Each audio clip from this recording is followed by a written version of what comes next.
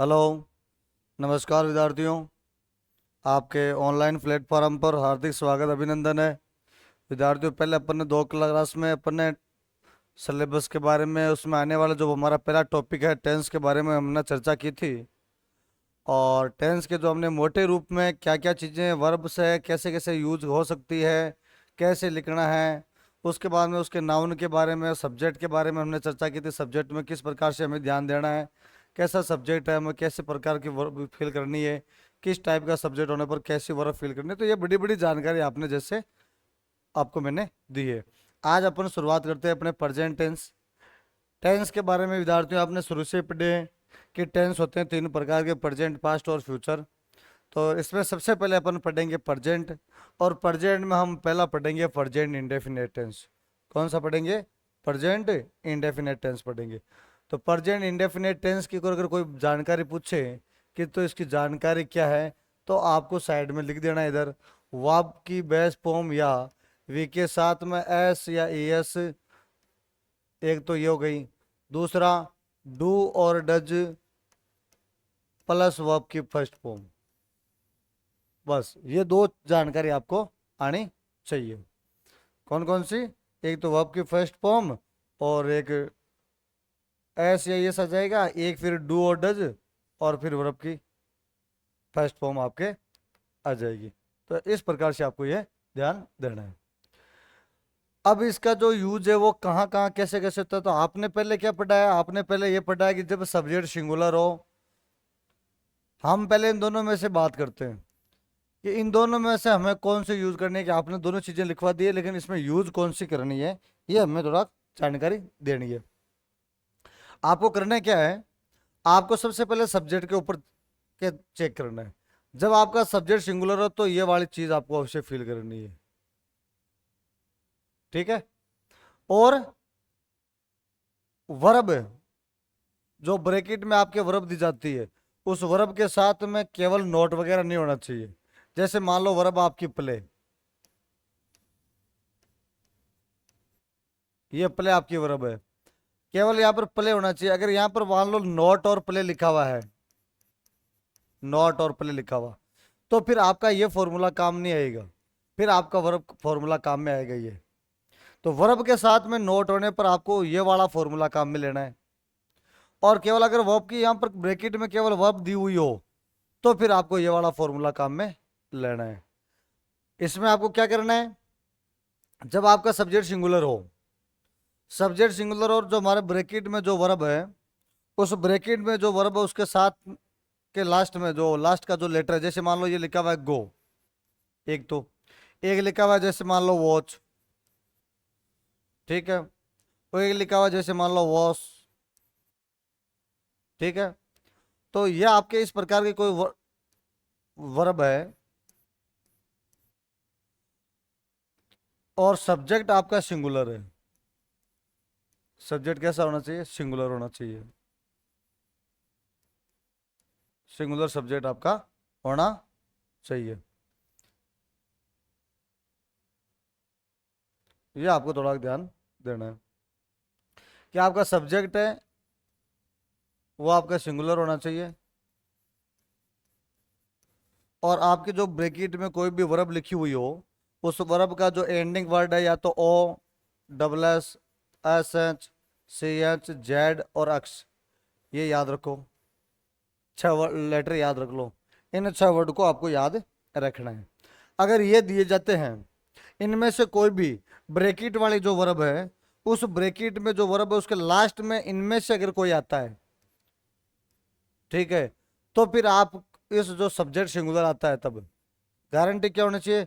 Guarantee होना चाहिए subject हमारा सिंगुलर हो, ठीक है, और ब्रैकेट में वो जो वर्ब है उनका लास्ट का लेटर इनमें से कोई हो, तो आपको उस वर्ब के आगे ईएस जोड़ना है। जैसे वॉश लिखा हुआ है तो आपको वॉशेस लिखना है। जैसे example, my mother blank wash my clothes, ठीक है। माई मदर है, सिंगुलर है, यहाँ पर वॉश आ गया, तो आप क्या करोगे? वॉशेज कर दोगे। अगर मान लो इनमें से नहीं हो, कोई भी वर्ड इनमें से नहीं हो, जैसे मान लो लिखा हुआ है दे प्ले, सॉरी, जैसे ही ब्रैकेट में लिखा हुआ है प्ले और लिखा हुआ है क्रिकेट, ठीक है। तो ही यहाँ पर सिंगुलर है और यहाँ पर ये प्ले लिखा हुआ है, लेकिन यहाँ पर केवल आपको एस लगाना है, ठीक है ना। क्या लगाना है आपको? एस लगाना है।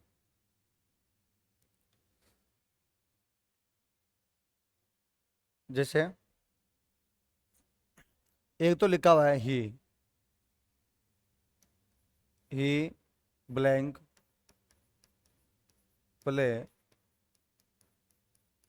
क्रिकेट, एक लिखा हुआ है ही वॉश माई क्लॉथ्स, ठीक है। एक लिखा हुआ है दे प्ले क्रिकेट, एक लिखा हुआ है दे वॉश दयर क्लॉथेस, ये चीजें लिखी हुई है। अब देखना इधर आप, यहां पर ही सिंगुलर है, प्ले है, और जो वर्ड कौन कौन से बताए थे मैंने आपको, O double S S H C H Z X, यहाँ पर ही सिंगुलर है। लास्ट का वर्ड प्ले इसमें से आया हुआ है क्या? नहीं आया हुआ, लेकिन फिर भी ही सिंगुलर है तो आप क्या लिखोगे? प्लेज लगाओगे आप। क्या लिखोगे आप? प्लेज, ठीक है। वैसे यहाँ पर लिखा हुआ ही, ये सिंगुलर है, लास्ट में क्या आया हुआ? एस एच, तो यहाँ पे आप लिखोगे W A S H E S. यहाँ पे क्या लिखा हुआ? दे प्यूरल है तो केवल प्ले का प्ले। यहाँ पर भी दे, लेकिन यहाँ पर वॉश आया रखा है, लेकिन दे प्यूरल है इसलिए वॉश का वॉश आएगा। तो आपके समझ में क्या आया? आपके समझ में ये आया कि सब्जेक्ट सिंगुलर होने पर, सिंगुलर सब्जेक्ट होने पर आपको वर्ब के साथ, वर्ब के साथ एस या एस लगाना है, ये आपके समझ में। और सब्जेक्ट, सब्जेक्ट प्लूरल होने पर वर्ब के साथ, वर्ब के साथ एस या एस नहीं आएगा।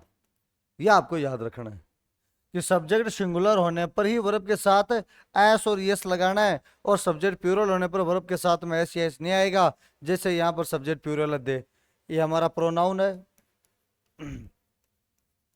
प्रोनाउन। और प्लूरल प्रोनाउन कौन है? एक तो भी,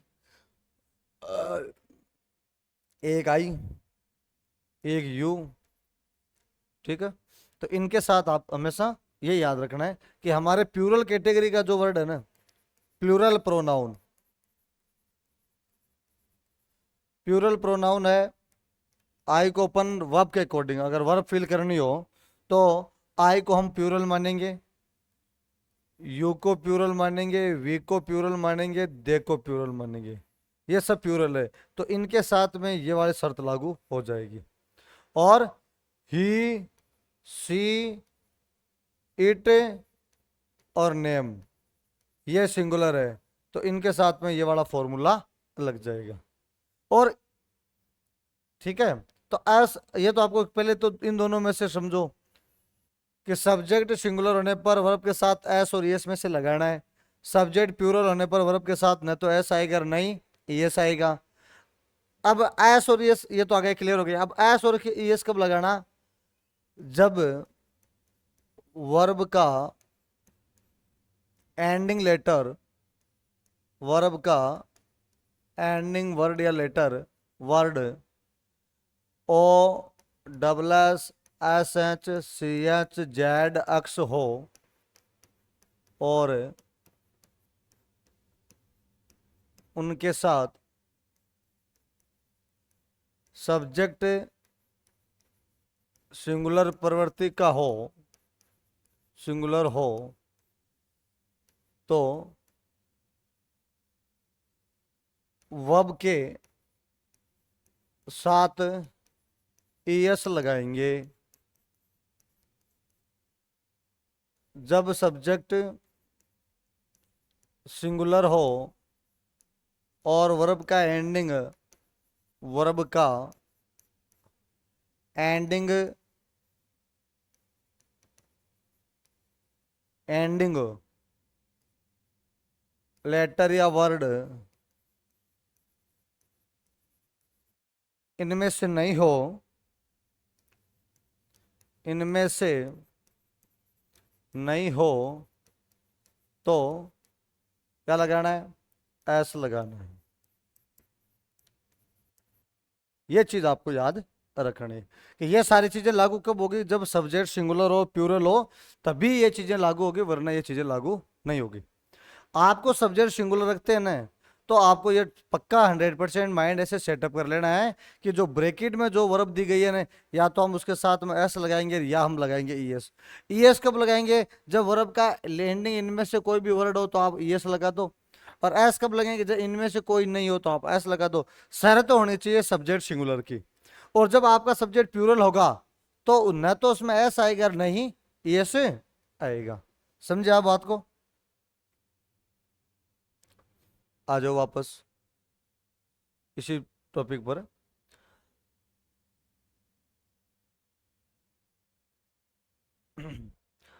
तो आपने ये चीज में क्लियर कर दी है कि कहां कहां आपको एस लगाना है, कहां ईएस लगाना है, शर्त होनी क्या चाहिए और कब नहीं लगेगा, इसके बारे में अपन जानकारी कर ली है।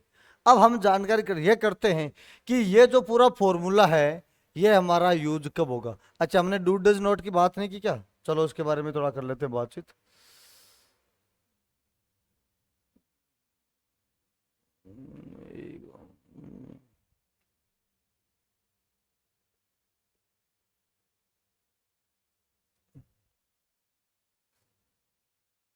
डू डज की बात नहीं की, इस एक बार अपन डू डज की बात कर लेते हैं।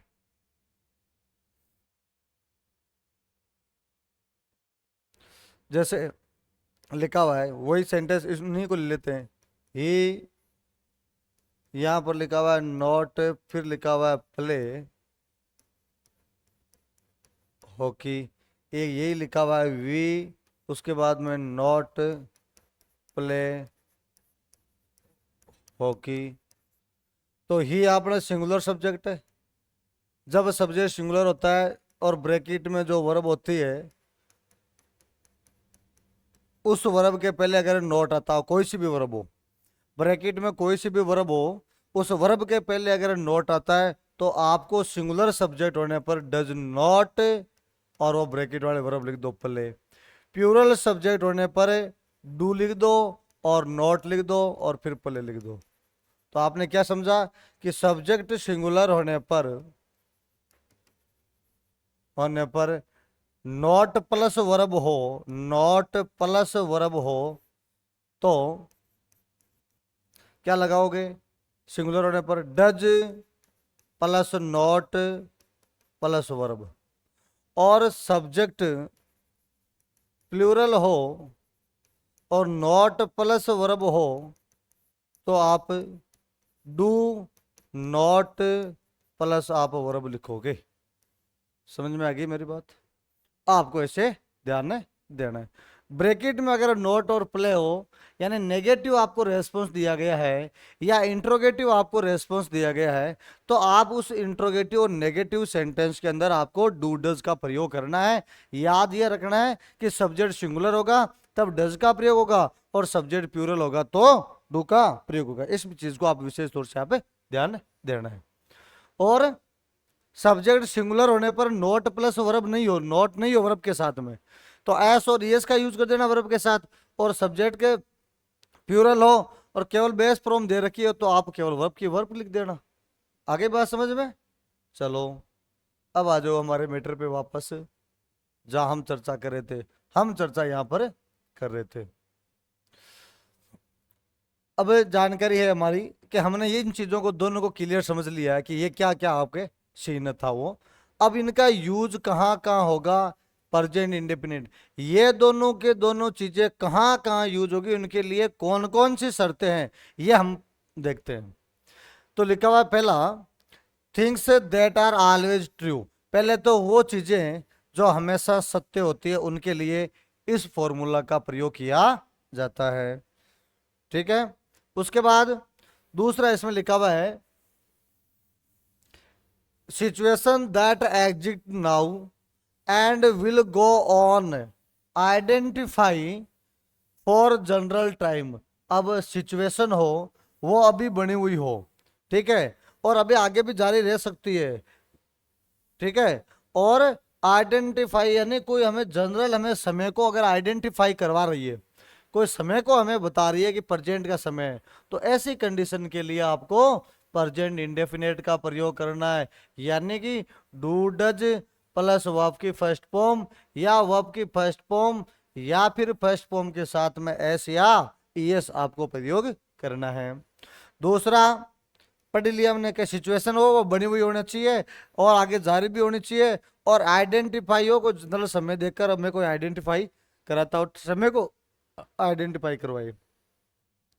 तीसरा है हैबिट्स और थिंग्स दैट हैपन रेगुलरली। ऐसी कोई आदतें या वस्तुएं जो रेगुलरली हमारे साथ में होती है वो हमें प्रेजेंट की करवाएगी, चाहे आज हो हमारे साथ में है और कल भी वही चीजें लागू हो। जैसे मान लो अभी आप शाम को खाना ना खाते हो और किसी की आदत है मान लो जूस पीने की, किसी की आदत है वॉकिंग करने की, किसी की आदत है आइसक्रीम खाने की, किसी की आदत है दूध पीने की, तो आपकी वो रूटीन परमानेंट अगर ऐसा बना हुआ होता है तो वो आपका हैबिचुअल एक्शन है या नहीं है। तो ऐसी चीजें जो हमेशा आपको रेगुलर में आप करते रहे हो वो भी प्रेजेंट इंडेफिनिट को फॉलो करता है।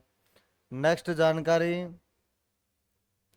यूनिवर्सल ट्रूथ वाले सेंटेंस में भी सार्वभौम सत्य वाले वाक्य में जिसको कोई गलत नहीं ठहरा सकता, ऐसे वाले भी आपको प्रेजेंट इंडेफिनिट टेंस का प्रयोग करना है। The sun rises in the east, the sun singular है और यह यूनिवर्सल ट्रूथ है, सार्वभौमिक सत्य।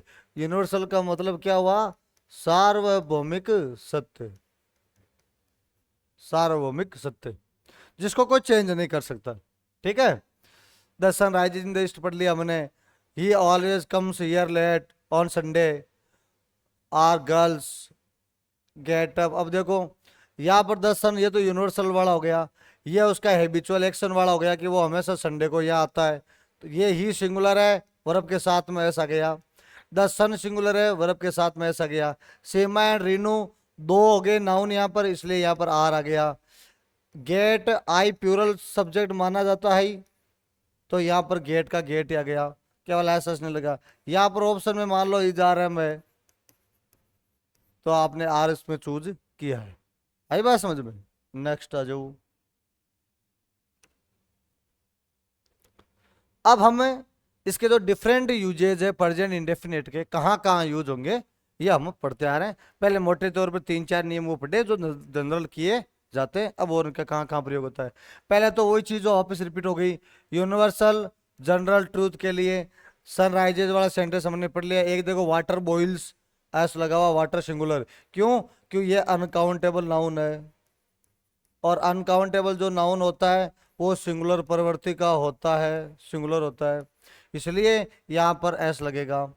द अर्थ ये यूनिवर्सल ट्रूथ वाला सेंटेंस है, कौन सा ये, यूनिवर्सल ट्रूथ। सार्वभौमिक सत्य, ये भी यूनिवर्सल ट्रूथ, सार्वभौमिक सत्य। ठीक है, ये साइंटिफिक, ये साइंटिफिक वाला सेंटेंस है। ठीक है, द स्टार्स साइन, स्टार ये सब्जेक्ट प्यूरल है, ये प्यूरल सब्जेक्ट, ये सिंगुलर सब्जेक्ट, ये सिंगुलर काउंटेबल, ये सिंगुलर सॉरी अनकाउंटेबल, ये सिंगुलर। तो सिंगुलर सब्जेक्ट होते हैं एस एस, ठीक है, और एस, और प्यूरल सब्जेक्ट होते हैं केवल वर्ब की फर्स्ट फॉर्म में। तो द स्टार वाला, द अर्थ वाला और द सनराइज वाला ये तो यूनिवर्सल ट्रूथ वाले हो गए। वाटर बॉइल्स वाले कौन से हो गए, ये आपके जनरल वो साइंटिफिक वाले साइंस वाले क्वेश्चन वो आपके हो गए। नेक्स्ट, टू मेक स्टेटमेंट्स और जनरल नेचर, हमारा सामान्य कोई जनरल नेचर है, स्वभाव बना हुआ है जिसमें अपन बोल सकते हैं we hear with our ears, हम अपने कानों से सुनते, तो जनरल नेचर सबका साथ ऐसा होता है। तो ये वाली चीज भी आपके प्रेजेंट इंडेफिनिट में आ गई है। नेक्स्ट आओ, एक जगह the rose smell sweets, the rose singular तो वर्ब के साथ में एस लगा दिया, स्मेल स्वीट। ठीक है, आगे टू एक्सप्रेस हैबिचुअल एक्शन, आदत संबंधी कोई भी कार्य हो। हैबिचुअल का मतलब आदत, जो आपकी आदत डेली बनी हुई होती है वो भी आपके प्रेजेंट इंडेफिनिट में आती है। ही सिंगुलर है, वर्ब के साथ में एस। हारी सिंगुलर है, गो के साथ में ई एस। क्यों? क्योंकि गो का लास्ट का वर्ड क्या ओ है, और डबल एस और S H C H Z और एक्स जिस भी वर्ब के पीछे हो और सब्जेक्ट सिंगुलर हो तो हम क्या लगा देते हैं, ई एस। कब करेंगे ये? सिंगुलर सब्जेक्ट होने पर करेंगे। ठीक है, न्यूज़पेपर की हेडलाइन के लिए, क्योंकि न्यूज़पेपर तो मान लो आज जो न्यूज़ बनी है, क्या क्या न्यूज़ हुआ है उसकी जानकारी हमें कल आने वाले दिन को मिलेगी। और जिस समय हम न्यूज़ पढ़ते हैं वो हमारा उस समय टाइम होता है, वो प्रेजेंट का होता है। तो आपको ये से भी ध्यान रखना है कि हमारा प्रेजेंट का जो भी टाइम में हम न्यूज़ को पढ़ रहे हैं तो वो न्यूज़ फिर हमारे प्रेजेंट टेंस को फॉलो करेगी, प्रेजेंट इंडेफिनिट टेंस को फॉलो करेगी। जैसे टू मर्डर्स स्केप, दो जो मर्डर्स थे वो बच गए। टू मर्डर्स प्लूरल सब्जेक्ट है, इसलिए वर्ब के साथ में ऐसे ये कुछ नहीं आया। आगे to narrate different action at the time of speaking, जब स्पीकिंग हो रहा है बोलता है उस समय, उसी समय कोई अलग अलग आपके काम हो गए दो, उन दोनों काम के साथ में भी प्रेजेंट टेंस का प्रयोग किया जाता है। कि हम एक साथ कोई ऐसी सिचुएशन हो जहाँ दो साथ काम में हो रहे हैं, कंटिन्यू हो रहा है, एक हुआ उसका जस्ट तुरंत हो गया वो भी, तो ऐसी कंडीशन के लिए भी प्रेजेंट टेंस का प्रयोग किया जाता है। जैसे व्हेन द डोर ओपन्स, जब दरवाजा खुलता है, द डोर हो गया सिंगल, ओपन्स वर्ब के साथ में एस। मैनी पीपुल ये हो गया प्लूरल सब्जेक्ट, और इंटर ये वर्ब के साथ में एस, अगर कुछ नहीं लगेगा तो यहाँ पर सब्जेक्ट प्लूरल होने पर वर्ब के साथ में ऐसे एस कुछ नहीं है, यहाँ पर सब्जेक्ट सिंगुलर होने पर वर्ब के साथ में एस है। आगे बात समझ में? तो यहाँ पर दोनों चीजें हो गई। हम जो बात बोल रहे हैं दरवाजा खुलने का काम एक हो गया, और दूसरा क्या काम हुआ, बहुत सारे लोग हॉल में इंटर करके, तो दोनों काम साथ में हो गए, ज्यादा गैप भी नहीं है, दोनों खास साथ में हो रहे हैं। तो ऐसे साथ में कार्य के लिए भी प्रेजेंट इंडेफिनिट टेंस का प्रयोग किया जाता है। यहां पर आपको एक वर्ड मिलेगा वेन, वेन। ठीक है, आगे to describe pre plan travel plan of near future, अगर आप नजदीकी फ्यूचर के अंदर कहीं पर घूमने के लिए जा रहे हो, आपका जो प्लान है वो एक बनाया हुआ है कि हमें पहले कहाँ पहुंचना है, उसके बाद कहाँ जाना है, वहां कितना रुकना है, आपका एक शेड्यूल बनाया गया है, जिस शेड्यूल को आप बेस्ड होना चाहिए किस पर, एक सर्टेन शेड्यूल बेस्ड होना चाहिए। सर्टेन शेड्यूल बेस्ड, हमें वहां पर इतने बजे वहां पर पहुंचना है, उसके बाद में हमें वहां पर जाना है, ये हमारी सारी की सारी प्री प्लान होनी चाहिए। और प्री प्लान हम कब करते हैं? जैसे आपको 2-3 दिन बाद में कहीं पर जाना है तो प्री प्लान आज ही करेंगे ना प्रेजेंट में। तो जिस समय जिस प्लान को अपन प्रेजेंट में करते हैं वहां पर भी आपको प्रेजेंट इंडेफिनिट टेंस का प्रयोग किया जाता है। या ये ऐसे रखना कि हमारा जो सर्टेन शेड्यूल है वो हमारा बेस्ड होना चाहिए, बना हुआ होना चाहिए। ऐसे बने हुए शेड्यूल के लिए हमारा प्री प्लान ट्रेवल प्लान हो तो इस ट्रेवल प्लान के लिए हम प्रेजेंट इंडेफिनिट टेंस का प्रयोग करते हैं। देखते हैं कैसे कैसे। ये वी प्लूरल सब्जेक्ट है, इसलिए वर्ब के साथ में ऐसे कुछ नहीं है। तो वी लीव फॉर जयपुर, हम जयपुर के लिए 8 बजे रवाना होंगे और वहां पर हम कितने बजे पहुंचेंगे? 9 बजे पहुंचेंगे। ये रेस वापस बिना एस वाले वर्ब, क्योंकि सब्जेक्ट तो यही है, भी हम ही तो कह रहे हैं ये सारी चीजें। वी स्टे ये प्लूरल सब्जेक्ट बिना एस वाले वर्ब, वहां पर हम 2 दिन रुकेंगे, 2 दिन के बाद में फिर अपन कोटा के लिए रवाना होंगे, ये बिना एस वाले वर्ब। तो ये हमारा पीरियड शेड्यूल बनाया हुआ है। पहले जयपुर जाएंगे, 8 बजे जयपुर के लिए रवाना होंगे, 9 बजे पहुंच जाएंगे, 2 दिन वहां रुकेंगे, उसके लिए हम कोटा के लिए जाएंगे। तो ऐसी कंडीशन के लिए भी हम प्रेजेंट का प्रयोग करना होता है।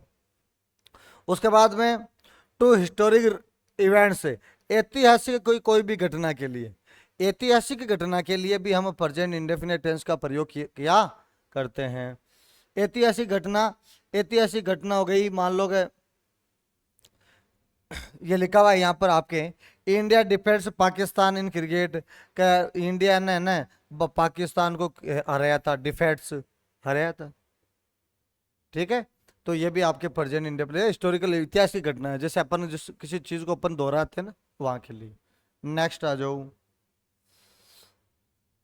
Now Akbar calls Birbal's and asks. अब देखो, अब अकबर ने बीरबल कॉल करता है, उसके बाद में उसको आस्क, उसको पूछता है। ये अकबर बीरबल ये सारे के सारे पास्ट की घटना को हम दोहरा रहे हैं। अकबर बीरबल कोई अभी तो है नहीं है, तो पास्ट की घटना को दोहरा रहे हैं, जिस समय उन्होंने जैसे जैसे कोई काम किया, तो उसके बारे में अपन बातचीत हो रही है। आगे, to show future time using when, when का यूज हुआ हो और फ्यूचर टाइम को शो करने के लिए भी अपन इस प्रेजेंट इंडेफिनेट का प्रयोग करते हैं।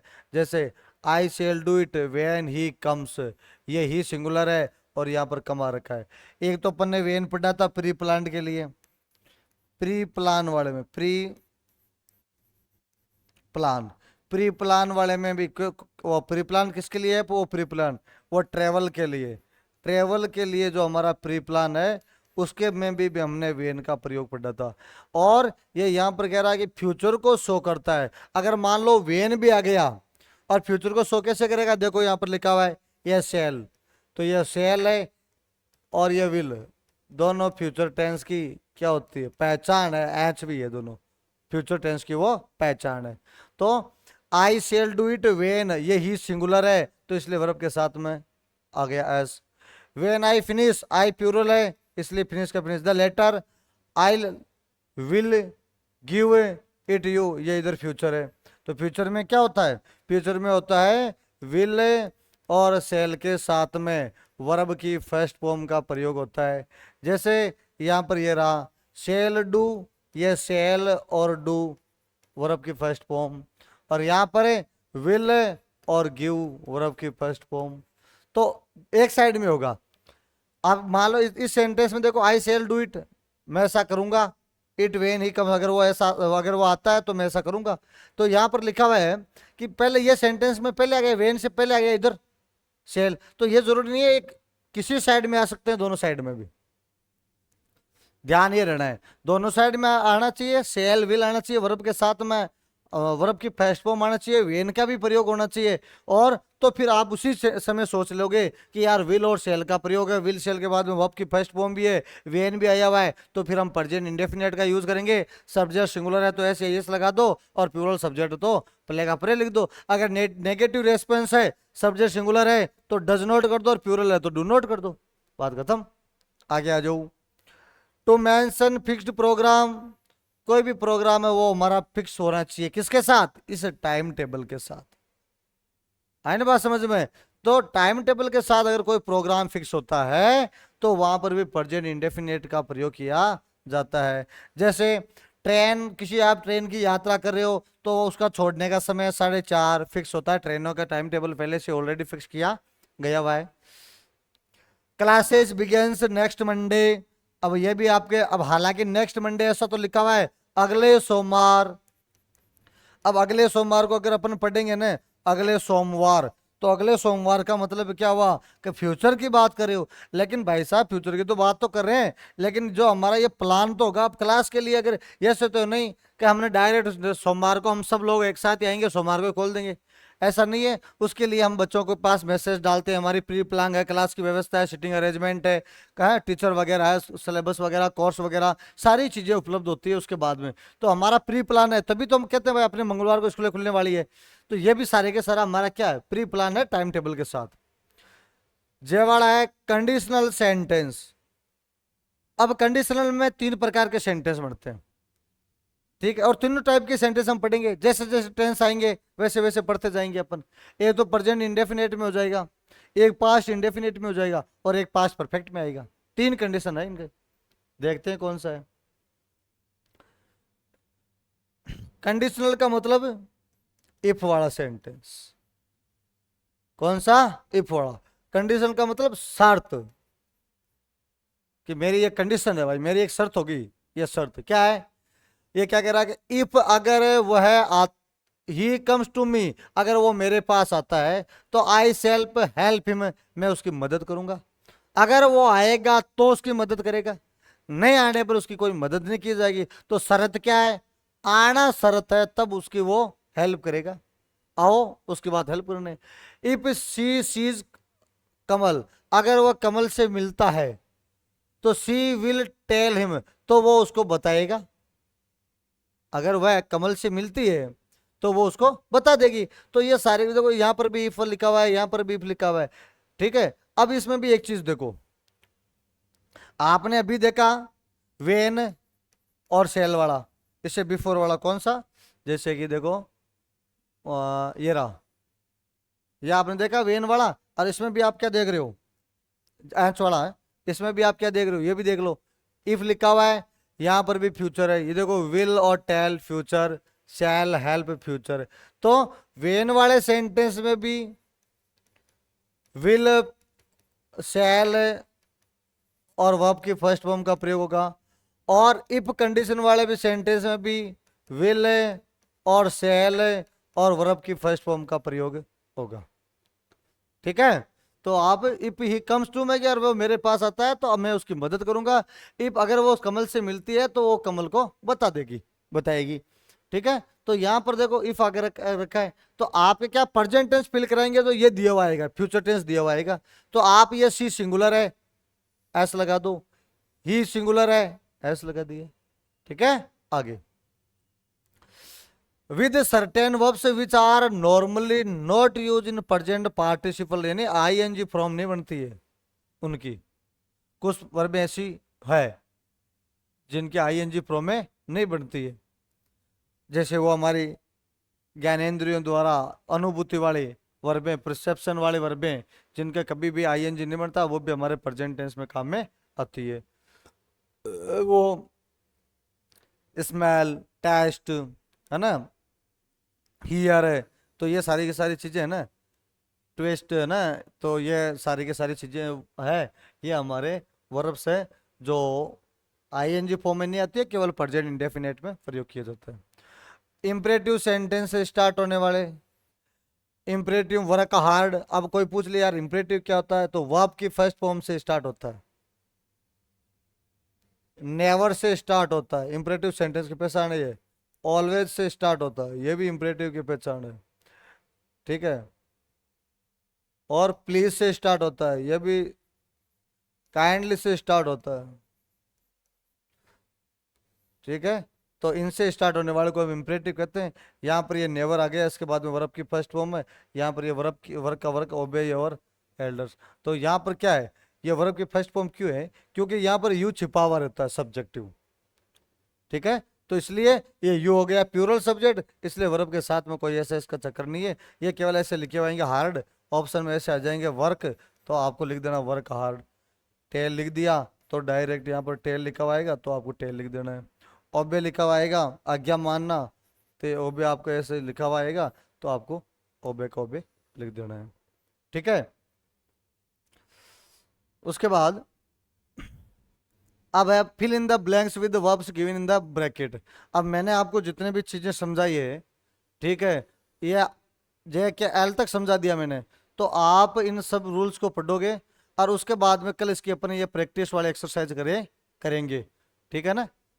तो आपको इस मैटर वाले मैटर को अच्छी तरह से याद रखना, यह है आपका बढ़िया मैटर समझने का। और इसमें आपको मैंने वो बता ही दिया क्या चीजें, कि यहाँ पर क्या क्या होना चाहिए, ओ डबल एस उनको भी लिख लो, O double S S H C H Z और एक्स, इसको याद कर लो। ये चीज क्या है, ये वी की फर्स्ट फॉर्म कर दो, नंबर एक बात, प्यूरल सब्जेक्ट होने पर, और सेंटेंस सिंपल है, सिंपल सेंटेंस, ठीक है, सेंटेंस सिंपल है प्यूरल सब्जेक्ट होने पर, वी की फर्स्ट फॉर्म आ जाएगी। और सब्जेक्ट सिंगुलर है, सिंगुलर सब्जेक्ट है, तो वी के साथ में एस और यस में से आएगा, ये कब आएगा, सिंपल सेंटेंस होने पर, ठीक है। फिर डू प्लस वर्ब की फर्स्ट फॉर्म, सब्जेक्ट हमारा प्यूरल होना चाहिए, और इसमें सेंटेंस हमारा नेगेटिव भी हो सकता है और इंट्रोगेटिव भी हो सकता है। डज प्लस वर्ब की फर्स्ट फॉर्म, सिंगुलर सब्जेक्ट होने पर, तो ठीक है, इसमें सेंटेंस हमारा नेगेटिव और इंट्रोगेटिव हो सकता है। आए ना बात समझे, ये वाला मैटर आपके कवर करने वाला है, इससे आपको समझना है, ठीक है। तब तक आप सबको बेस्ट ऑफ लक। कल अपन इसकी जो प्रैक्टिस है, एक्सरसाइज के जो सेंटेंस है, उसके बारे में चर्चा करेंगे, और इस टेंस के बारे में एक बार कल अपन रिवाइज भी करेंगे। ओके, तब तक सबको बेस्ट ऑफ लक।